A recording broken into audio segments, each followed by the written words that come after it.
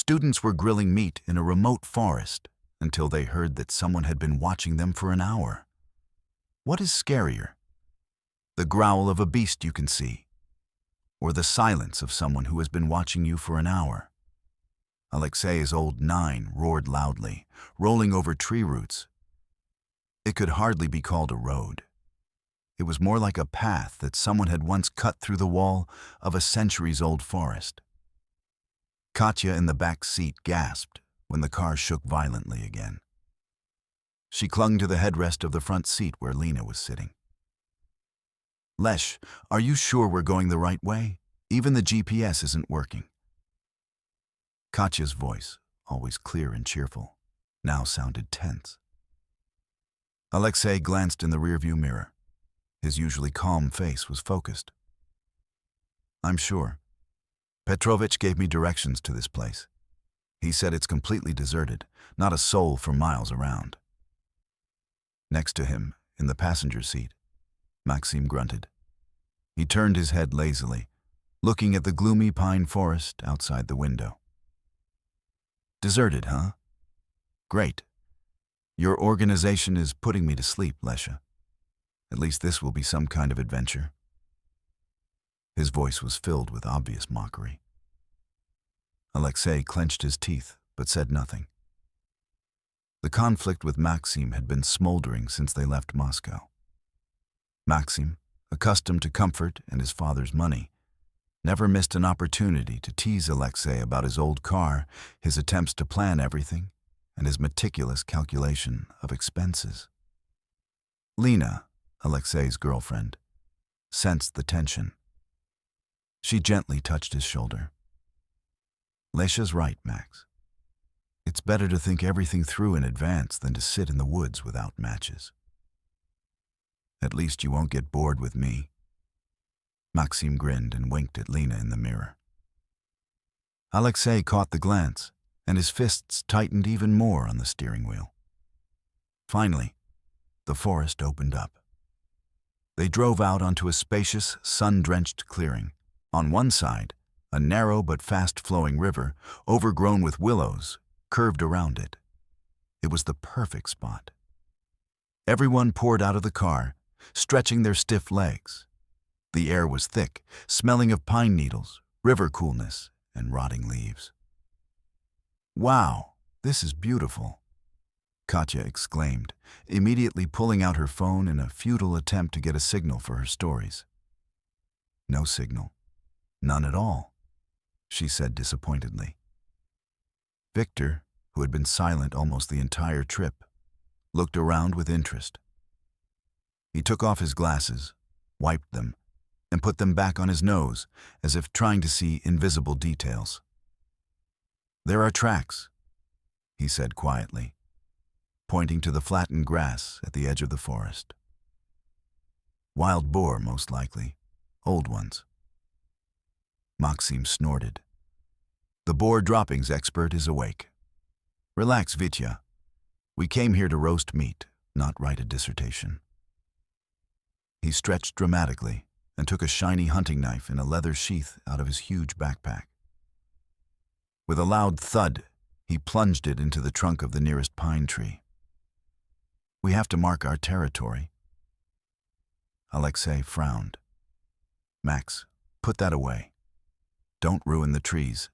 Let's set up camp first. Tents, a fire." "Commander, it's your turn," Maxim said lazily, but he took the knife out anyway. The hustle and bustle began. Alexei, as befitted an organizer, tried to direct the process. Lena and Katya unpacked the bags of food, while Vitya looked for a suitable place for the fire, away from dry trees. Maxim, on the other hand, demonstratively did nothing, pacing around the clearing with an air of authority. He approached the girls, who were laying out packages of marinated meat on a blanket. The smell of spices and vinegar immediately filled the air. "It smells divine." "Lena, is that your doing?" he asked, his voice becoming ingratiating. Lena nodded. "Yes, it's my special marinade." "I'm sure everything you make is special. Maxim said with a smirk, his gaze lingering on her a little longer than propriety allowed. Alexei, who was pulling up the awning, saw the scene. Jealousy stabbed him unpleasantly somewhere under his ribs. He shouted louder than he should have. "Max, stop cooling off. Help Vitya with the wood." An argument broke out over nothing. When the fire was already crackling merrily and the first skewer was sizzling on the grill, Alexei began to collect food wrappers in a separate bag. "We burn all the waste or take it with us. The smell attracts animals." Maxim, who had just gnawed on a chicken wing with gusto, demonstratively swung his arm and threw the bone into the nearest bushes. "Come on, Lesh. Who are you trying to scare? Hedgehogs? Let them enjoy it too." "Max, I'm serious. There are wolves and bears in these woods." "Oh, come on. Who's ever seen them? That's just fairy tales for tourists. Relax and eat your meat." Maxim dismissed him. He opened a bottle of beer and turned on loud music on a portable speaker. The atmosphere gradually relaxed. The sun was setting, painting the sky pink and orange. The kebabs were delicious. The students laughed and told jokes, forgetting their petty quarrels.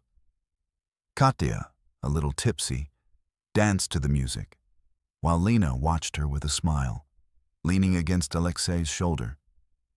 Even Vitya, usually quiet, chimed in with a couple of funny facts about the constellations that were beginning to appear in the darkening sky.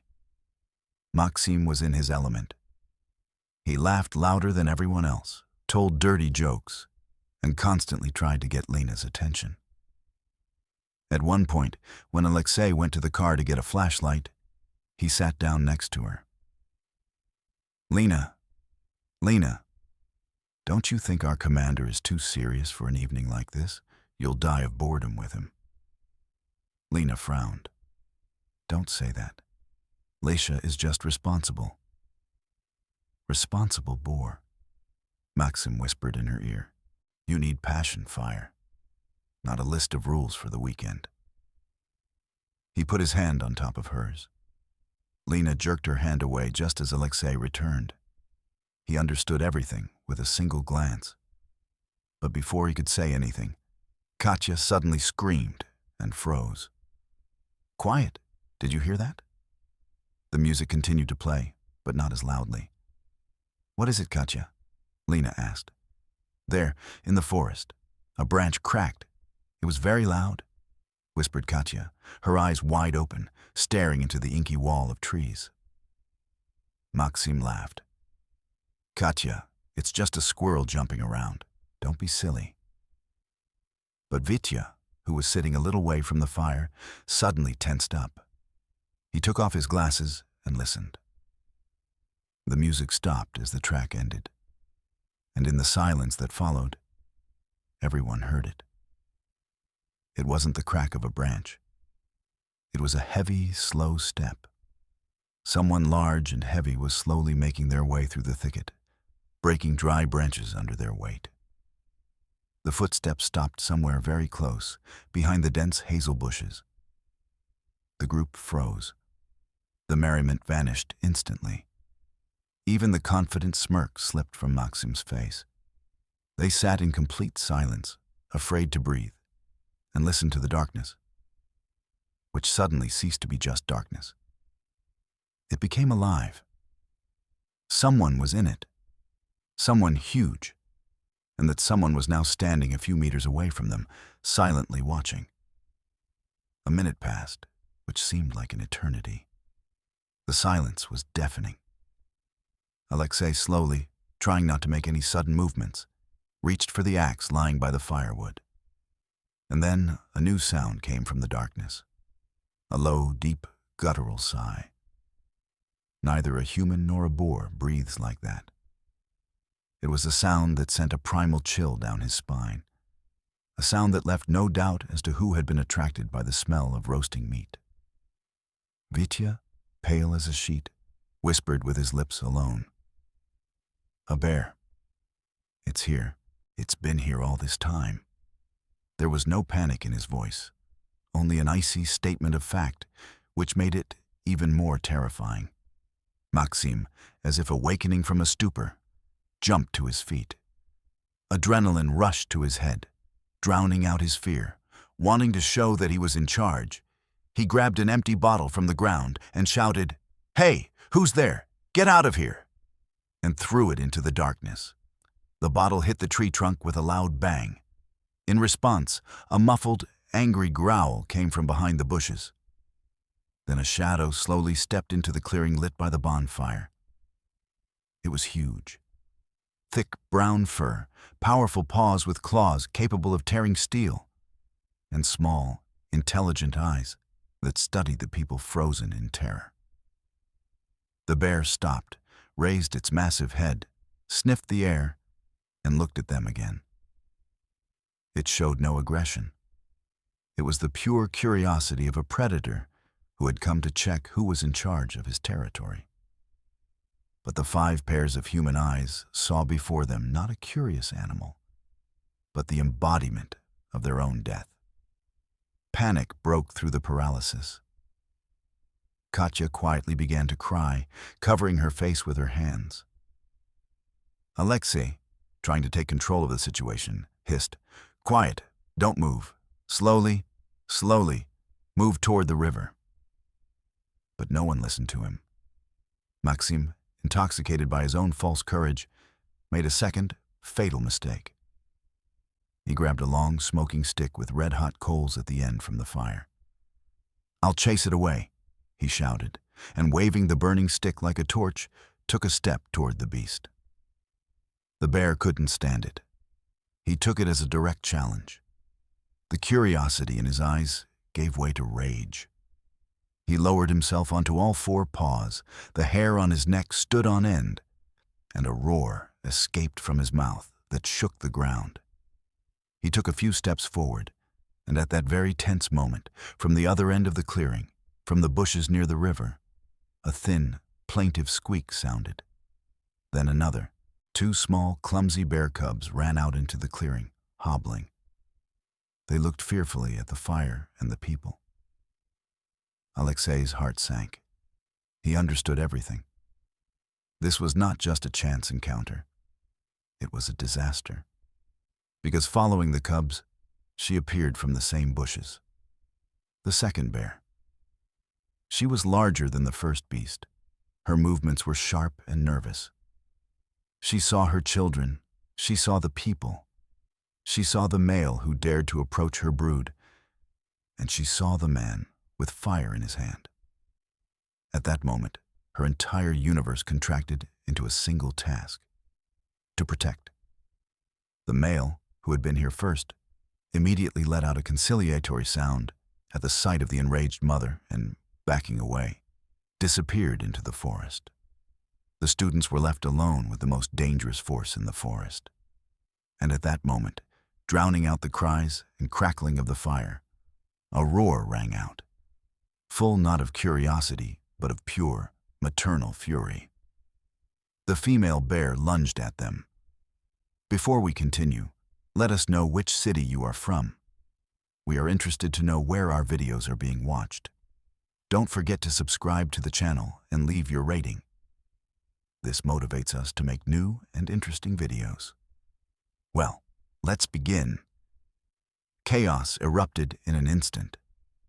1 second ago, they were a group of students around a campfire, and the next, they were a herd of prey driven mad with fear in the face of a superior predator. The bear's roar was not just a sound. It was a physical force that hit the eardrums and seemed to make the bones vibrate. Time stretched and contracted at the same time. Alexei saw everything in slow motion. The beast's gaping maw, its dark, expressionless eyes fixed on them, and its powerful paws exploding the ground with every step. His brain screamed commands, but his body wouldn't listen. "Back to the river!" A hoarse cry escaped his throat. But the first to succumb to his primal instinct was Maxim. All his feigned bravery, all his self-confidence evaporated without a trace. Before him was not an imaginary enemy that could be intimidated with fire, but a relentless killing machine. Instinct defeated reason. He turned around, threw away the smoking stick, and ran. Not toward the river, where the others were, but deeper into the forest, into what he thought was the safety of the darkness. It was the worst thing he could have done. The running figure instantly drew all the bear's attention to itself. An ancient trigger went off in her brain. A fugitive meant prey. Leaving the others behind for a moment, she changed course and rushed after him with incredible speed, unimaginable for such a massive body. The pounding of her paws sounded like blows from a sledgehammer. Alexei grabbed Lena and Katya by the arms, trying to drag them toward the large boulders near the water. "Here, quick," he shouted. But Katya, wearing fashionable city sneakers with slippery soles, panicked and caught her foot on a root. There was a short cry of pain. She collapsed to the ground, her leg twisted unnaturally. "My leg! I can't!" she screamed, her face contorted with pain and horror. At that moment, Alexei was faced with a choice. He could abandon her, save himself and Lena. The bear was distracted, but he couldn't. He saw the tears on Katya's face, her helplessness, and his nature as an organizer and protector took over. Together with Lena, they grabbed Katya by the arms, trying to drag her to the precarious shelter of the boulders. They became a terribly slow, vulnerable target. Away from them, frozen in place, stood Vitya. His face was white, his glasses had slipped down to the tip of his nose. He didn't run, he didn't scream. His brain, overloaded with adrenaline, feverishly flipped through the pages of books and articles he had read about survival. Don't run. Noise, loud, unnatural noise, flashed through his mind. He saw the female bear almost catch up with Maxim. He saw Alexei and Lena struggling with the wounded Katya. And he realized that if he didn't do something right now, they would all die. Breaking away from the spot, he rushed not away from the bear, but toward the bonfire. Grabbing 2 aluminum pots, he banged them together with all his might. The deafening, clattering clang of metal shattered the night's silence. Bam! Bam! Bam! He banged them together with all the fury of despair, creating a monstrous cacophony. Meanwhile, the chase was coming to an end. Maxim ran fast, but the bear was faster. She caught up with him in a few leaps. He felt her hot, foul breath on his back and, at the last moment, instinctively held his large backpack out behind him. A powerful blow from a clawed paw struck the backpack. The fabric and straps burst like paper, and the contents of the backpack scattered across the grass. The blow was so powerful that Maxim was thrown forward, flying several meters and crashing to the ground. Rolling onto his back, he saw the carcass looming over him in horror. His expensive hunting knife hung uselessly from his belt. He didn't even have time to think about it. The bear prepared to deliver the second decisive blow. But then a deafening metallic crash reached her ears. Bam! Bam! Bam! The sound was sharp, irritating, completely alien to this forest. It was distracting.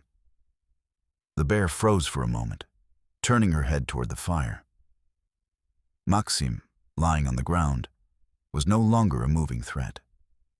But the source of that nasty sound and the group of people huddled around her cubs were still there. She let out a low, discontented growl, left Maxim motionless, and turned around.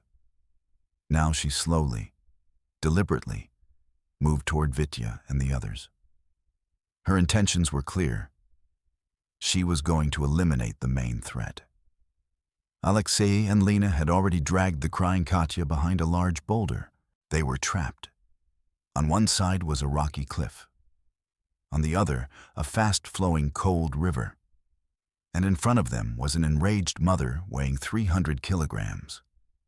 Seeing that his maneuver had worked, Vitya continued to bang on the boulder. He slowly backed away toward the boulders, trying to lure the beast away. The bear was coming toward him. She was no longer running. She walked slowly, with demonstrative calm, shaking her head from side to side. It was even scarier than an attack. It was a demonstration of strength, the predator's confidence that its prey had nowhere to go. She ignored the noise. It no longer frightened her, only annoyed her. She came so close that they could see drops of saliva dripping from her fangs and smell the heavy scent of wet fur and raw meat. Vitya pressed his back against the same boulder behind which the others were hiding. He continued to bang, but his hands were shaking and his blows were getting weaker. The bear stopped 5 meters away from them. She looked at Vitya, then shifted her gaze to Katya, who was whimpering. She rose to her hind legs. Towering over them like a dark mountain, she let out a deafening roar right in their faces. At that moment, everyone realized that it was over. The noise didn't help. Running didn't help. There was nowhere to hide. The predator was here, and it had come to collect its debt for trespassing on its territory. Alexei instinctively shielded Lena with his body, putting his arms out in front of her as if that could save them. Lena closed her eyes. Vitya froze, lowering his helmets. In the deafening silence that followed the roar, they heard a single sound: the heavy footsteps of the bear, closing the last few meters that separated them from death. Time stood still. In that endless moment before the attack, Alexei's brain, working on pure, primal fear, recorded every detail. The glint of wet gums above huge yellow fangs, small, almost pig-like eyes that contained nothing but cold determination, and the claws, long, curved, like sickles, which in a moment would tear his flesh apart. He saw Lena's shoulders trembling behind him, heard Katya's stifled sob. He felt the hard, cold stone of the boulder against his back, the end of the road. There was nowhere to retreat. And at that very moment, when his instinct for self-preservation demanded that he curl up into a ball and wait for the inevitable, something else, something deeper, clicked in his head. Responsibility. For Lena. For Katya. For that frightened, bespectacled boy, Vitya. Even for that idiot Maxim, who was probably already dead by now. He, Alexei Kovalev, had brought them here. Alexei's gaze darted to the side, not looking for a way to escape, but in a last, desperate attempt to find a weapon. And he found it. Not an axe, not a knife. Something much bigger. At the very edge of the shore, washed away by the spring floods, lay the trunk of a huge pine tree that had fallen long ago. It was half rotten, decayed, but still massive. One end lay on the ground, and the other hung directly over the steep bank. There were no more than 2 steps between them and the trunk. Vitya! His voice sounded like a gunshot, sharp and commanding. Help! Vitya didn't ask why. He just saw where Alexei was looking and understood everything. The theory in his head instantly connected with the terrifying reality. The chance was 1 in a million. The female bear, irritated by the sudden cry, took a decisive step forward, lowering herself onto all 4 paws to attack. Alexei and Vitya rushed to the trunk. They braced themselves against it with their shoulders. The tree was immovable. It seemed to weigh a ton. "Come on, push!" Alexei croaked, feeling his own bones crack from the strain. He saw Vitya's thin shoulders tense and the veins on his forehead bulge. The old wood gave way with a creak and showered them with sawdust. It moved a centimeter, then another. The bear froze, puzzled. These strange creatures did not run away or freeze in fear. They were doing something incomprehensible, aggressive. She let out a warning growl. "Harder!" Alexei yelled. He no longer felt fear, only a wild, primal rage. Lena, seeing their plan, jumped out from behind the boulder and also braced herself against the trunk. Her contribution was small, but it was enough. The center of gravity shifted. With a deafening crash, the rotten wood gave way. The massive trunk broke free and crashed down into the river, breaking the bushes along the bank. It didn't hit the bear, but the ground beneath her paws shook. A deafening splash sent a fountain of cold water crashing down onto the clearing. At that moment, frightened by the crash, the bear cubs hiding in the bushes squealed in fear again. That decided everything. Maternal instinct instantly outweighed aggression. The threat to her children from this incomprehensible cataclysm proved stronger than the threat from the little people. The female bear growled fiercely at them one last time. It was no longer an attack, but a warning. Then turned and, with her cubs close behind, disappeared into the safety of the forest. Silence reigned in the clearing. It was thick, viscous, almost physically palpable. It was broken only by the crackling of the dying fire, the quiet murmur of the river, and three sounds of human life. Alexei's ragged, convulsive breathing, Lena's quiet crying, and Katya's painful moans. They were alive. They stood huddled together, unable to move, staring into the darkness that had just engulfed their nightmare. A minute passed, then another. Awareness began to return, bringing with it not relief, but a new wave of horror. Maxim, Lena whispered. The name hit them like a shock. They had completely forgotten about him. He was still there in the darkness, alone with the beast. The flashlight? In the car, Alexei managed to say. He could feel his legs shaking, but he forced himself to move. Lena rushed after him. Vitya stayed with Katya, trying to calm her down. Hush, Katya, it's over. She's gone. But Katya was shaking, pointing to her swollen ankle and muttering incoherently. Returning with a powerful flashlight, Alexei aimed the beam where he had last seen Maxim. The light revealed a torn backpack and items scattered on the grass. A bag of chips, a branded sweatshirt, a charger, and a little further away. Further on, the beam hit a motionless body. He was lying on his back, arms outstretched, face up at the starry sky. His expensive jacket was torn to shreds, and huge wet stains darkened his chest and shoulder. "Max!" Lena cried and rushed toward him. Alexei followed her, his heart pounding in his throat. He was sure they would find a corpse. They ran up and collapsed to their knees beside him. Maxim was alive. His chest rose and fell weakly, his eyes were closed. His face, always so confident, was now gray and defenseless. First aid kit.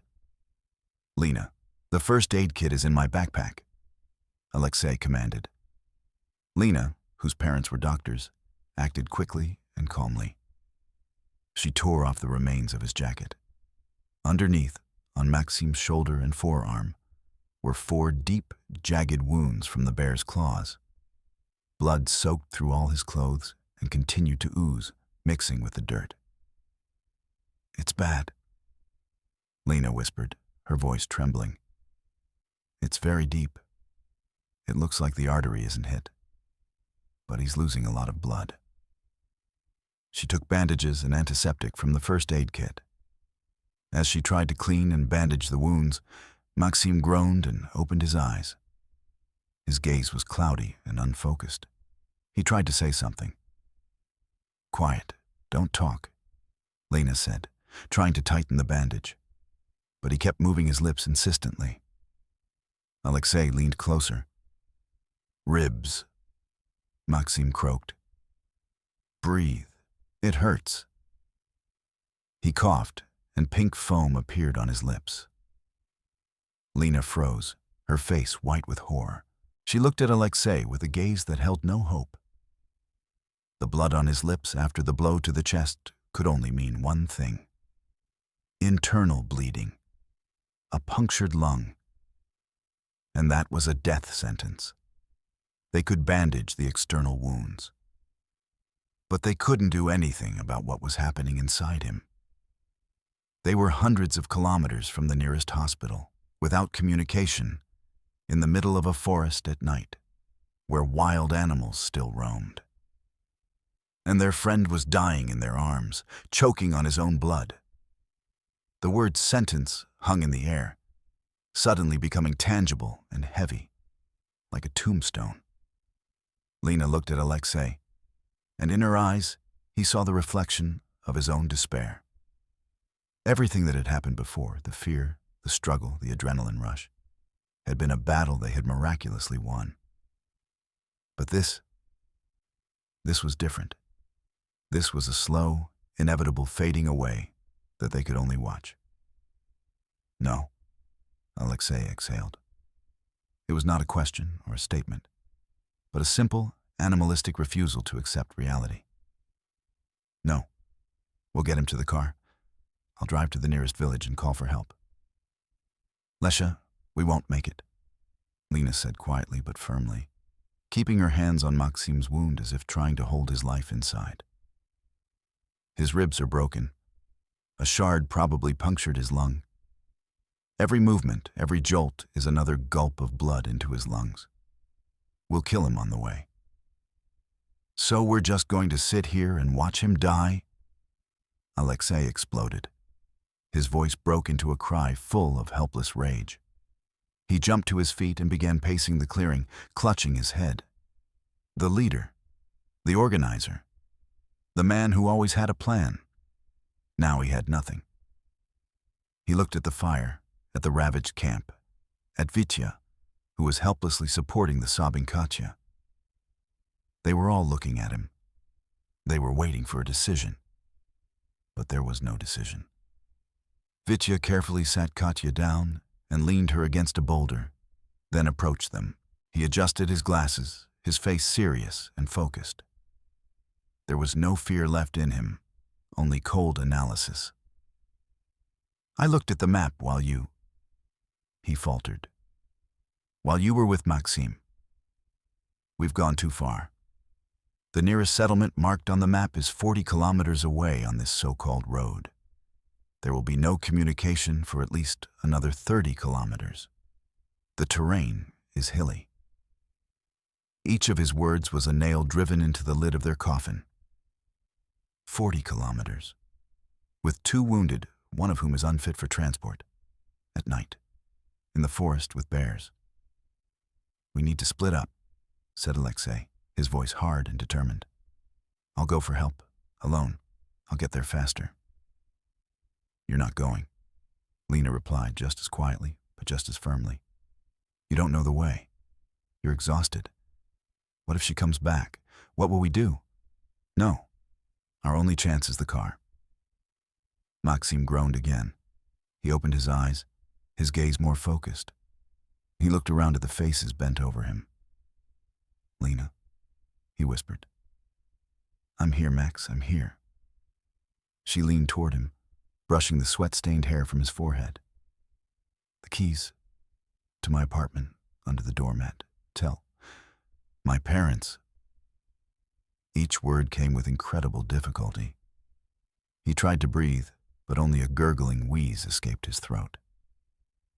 Stop, Max, you'll tell them yourself. Lena tried to smile, but tears streamed down her cheeks. He looked at Alexei. There was no longer any defiance or mockery in his eyes, only endless fatigue and something else. Something like regret. Lesh, he exhaled. I'm sorry for everything. I'm a jerk. Alexei knelt down next to him. All the anger and jealousy that had been boiling inside him just a couple of hours ago now seemed so petty, so stupid. He put his hand on Maxim's healthy shoulder. Hang in there, Max. You hear me? Just hang in there. We'll get you out of this. It was a lie, and they both knew it. But they needed that lie more than air right now. The decision came on its own. It was crazy, desperate, but the only option. "We're going, all of us," Alexei said, getting up. "Lena, do everything you can to stabilize him. Vitya, help me. We need a stretcher. Katya, can you hobble to the car if we support you?" Katya, swallowing her tears, nodded fearfully. The plan was simple and terrible. They would break up the barbecue grill, using the skewers and the grate as a frame. They would stretch a blanket over it. That would be their stretcher. They would carry Maxim to the car. They would load him into the back seat. And Alexei would drive as carefully as he had ever driven in his life. They would pray that Maxim would live to see at least one bar of signal appear on the phone screen. Work began in earnest. Fear gave way to feverish activity. Vitya used his knowledge to show how best to fasten the parts of the improvised stretcher. Lena did everything she could to stop the bleeding, using the remains of bandages and even tearing her t-shirt into strips. Alexei gathered everything that was left and took it to the car. 20 minutes later, everything was ready. The stretcher looked flimsy, but it had to hold. The four of them, trying to be as careful as possible, transferred Maxim onto the blanket. He groaned but remained conscious, simply staring at the night sky. "Ready?" Alexei asked. He and Vitya grabbed the front of the stretcher, while Lena and Katya, limping, took the back. "Let's go." Very slowly. They took the first step, then the second. The path to the car, which they had run in a few seconds during the day, now seemed like an endless marathon. Every root and every stone on the ground was an obstacle. Branches crunched under their feet, and the sound made everyone shudder as they listened intently to the darkness. But the forest was silent. Finally, they made it. Carefully, inch by inch, they pushed the stretcher into the car and laid Maxim on the back seat. Lena sat down next to him. Katya, grimacing in pain, climbed into the front passenger seat. Vitya stood by the open door. Alexei walked around the car, feeling cold sweat running down his back. He glanced into the cabin. Everyone was there. He was the driver, the savior. "All right, let's go," he said, trying to sound confident. He reached into his jeans pocket for the keys. The pocket was empty. He patted the other one, also empty. "The keys," he muttered, his heart skipping a beat. He checked his jacket pockets. Nothing. "Guys, has anyone seen my keys?" he asked, trying to keep his voice steady. Everyone stared at him. Lena shook her head. Vitya too. "Lesh, you always keep them in your right pocket," Lena said. "They're not there."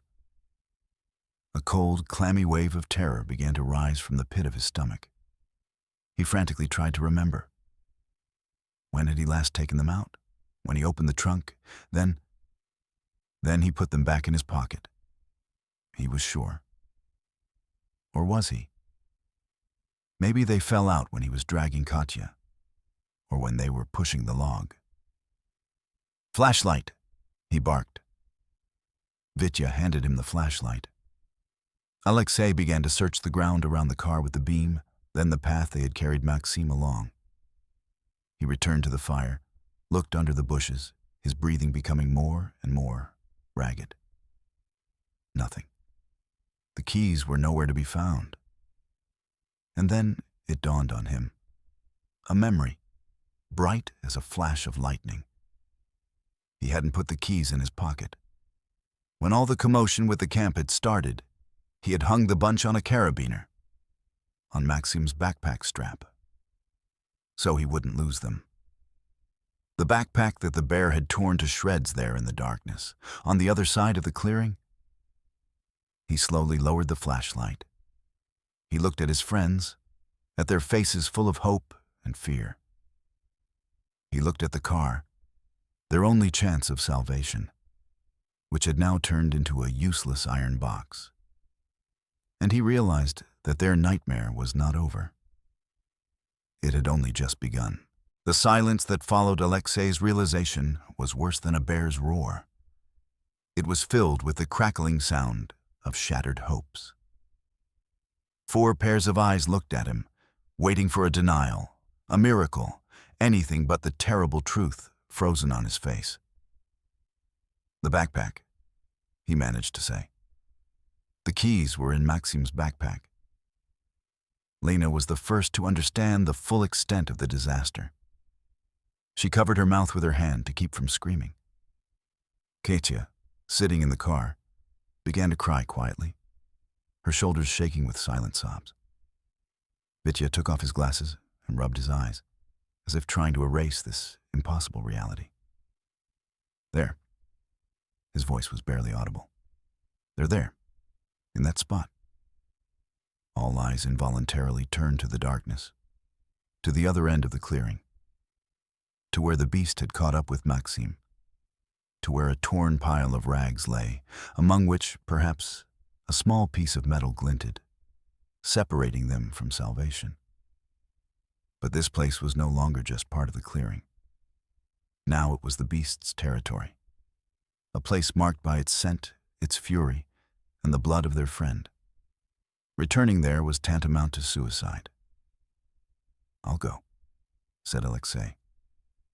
There was not a trace of doubt in his voice. It was not bravado, but redemption. He was to blame. He had hung the keys on that cursed backpack. He had to fix it. "No," exclaimed Lena, getting out of the car. "Alexei, are you out of your mind? She could be there. She could come back at any moment." "Do we have a choice?" he replied sharply. "Are we going to sit here and wait for Max to die, and then maybe all of us? She's gone. She took the cubs with her. She won't come back to the same place so soon." "You can't know that." Lena's voice trembled.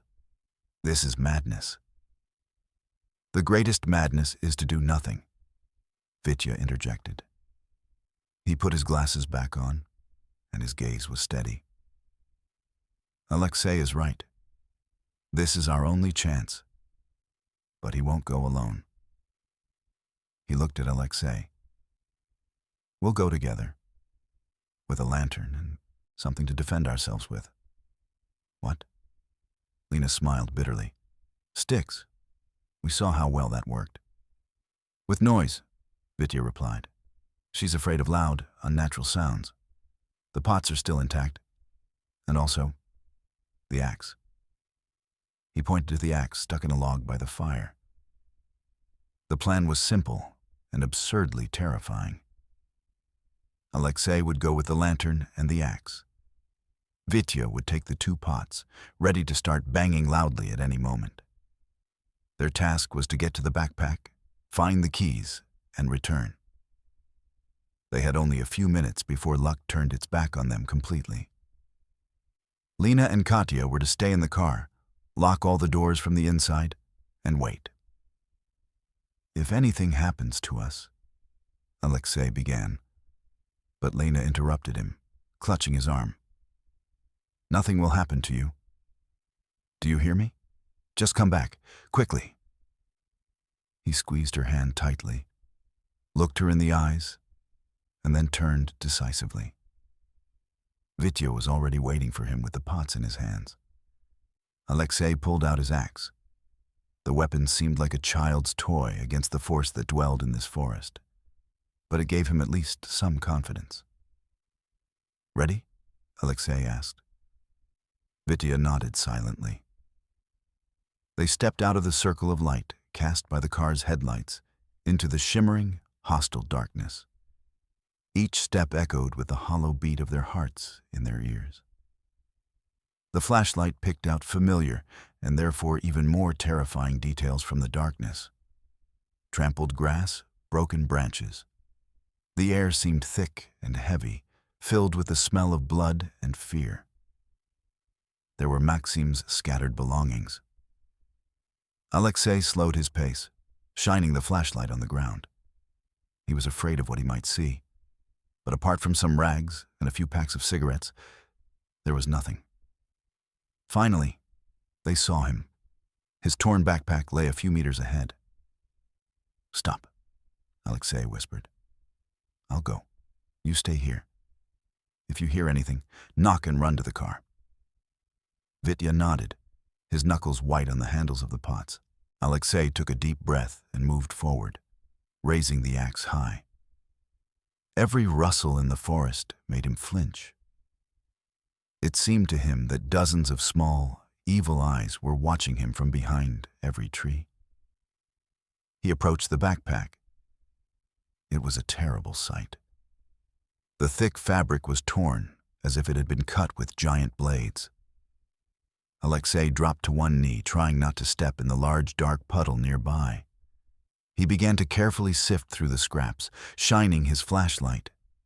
A sweatshirt, a book, a power bank. Nothing. The keys were gone. No, it can't be, he whispered. He emptied everything that was left inside. Empty. Could they have flown away on impact? He began to search the grass around him with the flashlight, meter by meter. The silence was oppressive. Suddenly, Vitya, who was standing behind him, hissed tensely, "Lesha!" Alexei froze. What? Look.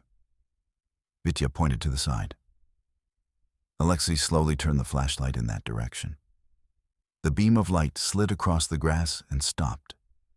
On a fresh, distinct trail, a huge bare paw print, and next to it, another one, and another. The tracks did not lead deeper into the forest, where the mother bear and her cubs had gone. They led toward the river, to the thickets of willow bushes. She hadn't gone away. She was just hiding somewhere nearby, watching them.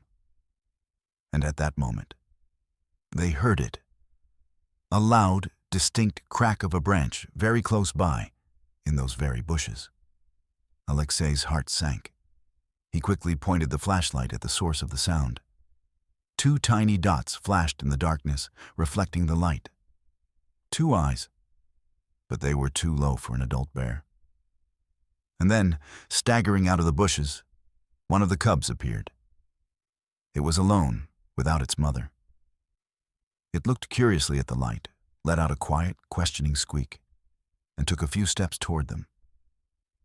Alexei and Vitya froze, afraid to breathe. They knew what this meant. If the cub was here, then its mother was just a few steps away. She would appear at any moment, and this time she wouldn't let them go. Alexei slowly backed away. Vitya, back, to the car. Very slowly, he whispered, keeping his eyes on the bear cub. But Vitya didn't move. He wasn't looking at the bear cub. He was looking at the ground right in front of him. Lesha. His voice was full of strange, quiet amazement. There they are. Alexei lowered the beam of his flashlight. Right at Vitya's feet, half buried in the ground in a fresh bear paw print, lay the car keys. They had been there all along. The she-bear, returning or circling around, had walked right over the spot where they had fallen.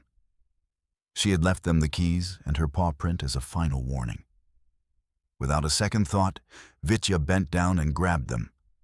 At that moment, the cub squeaked again, more insistently.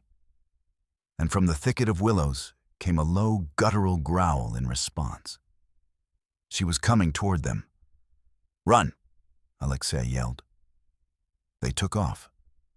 Behind them, there was the crack of breaking bushes and a furious roar. She was very close. They ran across the clearing, not caring where they went, jumping over bumps.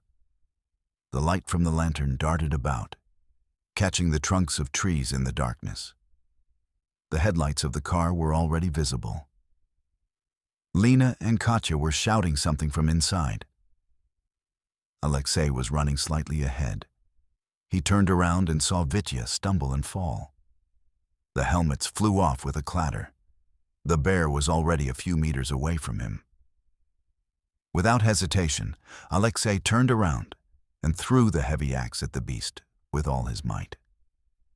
He wasn't aiming, he just wanted to gain a second. The axe flew past, hitting the tree with a dull thud, but the unexpected movement made the bear pause for a moment. That was enough. Alexei jumped towards Vitya and pulled him to his feet. "Come on!" They ran to the car. Alexei slammed the back door shut behind Vitya and jumped into the driver's seat. Lena was already there, her face contorted with horror. He saw a huge dark shadow rushing straight toward them. He frantically inserted the key into the ignition. His hands were shaking so much that he couldn't get it in. The bear was already at the hood.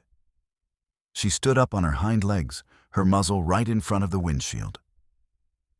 There was a deafening roar that seemed to shatter the glass. She hit the hood with her paw.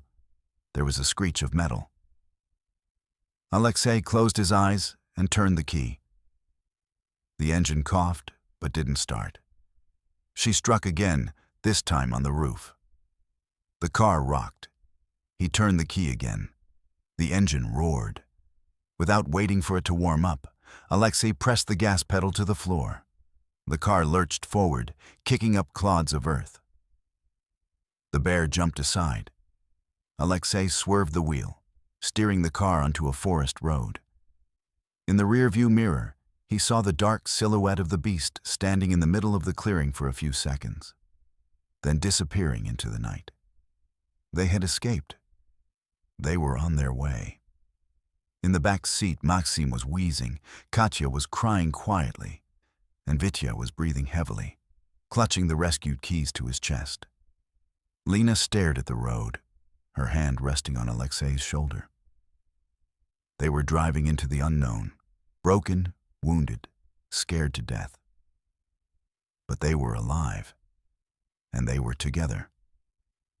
Ahead of them lay dozens of kilometers of rough road, a fight for Maxim's life, and a future that would forever be divided into before and after that night.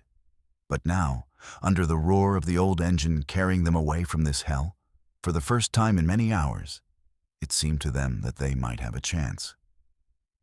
If, at the moment when Alexei and Vitya found the keys, the bear cub had run not toward them but deeper into the forest, would it have been worth the risk to follow it to distract the mother bear from the camp?